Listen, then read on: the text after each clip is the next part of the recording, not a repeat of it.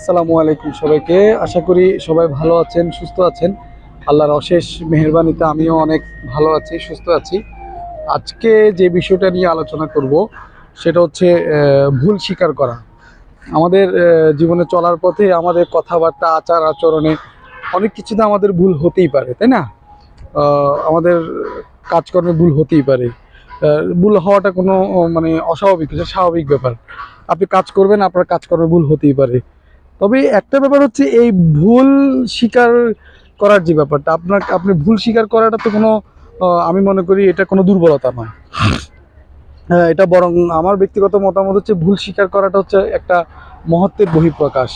আপনার কাজকর্মে ভুল হতেই পারে, তাই না? আপনি ভুল করবেন, কাজ করবেন। ভুলটা যত তাড়াতাড়ি সম্ভব আপনি যদি স্বীকার করতে পারেন, ততই আপনি নিজে ভালো থাকবেন, আপনার আশেপাশের মানুষজনও ভালো থাকবে।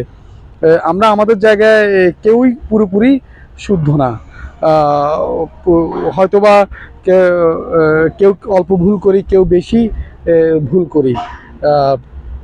এটা আমি মনে করি আপনি ভুল করতেই পারেন, তবে এই ভুলটা থেকে আপনি যদি বের হতে চান, আপনাকে আপনার ইগো সরাতে হবে। স্রেফ একটা সরি বললেই কিন্তু আপনি এই ভুল থেকে বের হতে পারবেন। আমি মনে করি যে ভুল স্বীকার করলে আমি তো ভাই ছোট হয়ে যাব না, তাই না? বিশ্বাস করবেন কিনা জানি না। আপনি আপনি যদি এই ভুল স্বীকার করেন, আপনি অনেক কিছু থেকে বেঁচে যাবেন। এই যেমন ভুল স্বীকার না করাটাও কিন্তু একটা অহংকার। আর এটা কিন্তু একটা, আমি মনে করি এটা একটা মিথ্যে অহংকার। এবং এই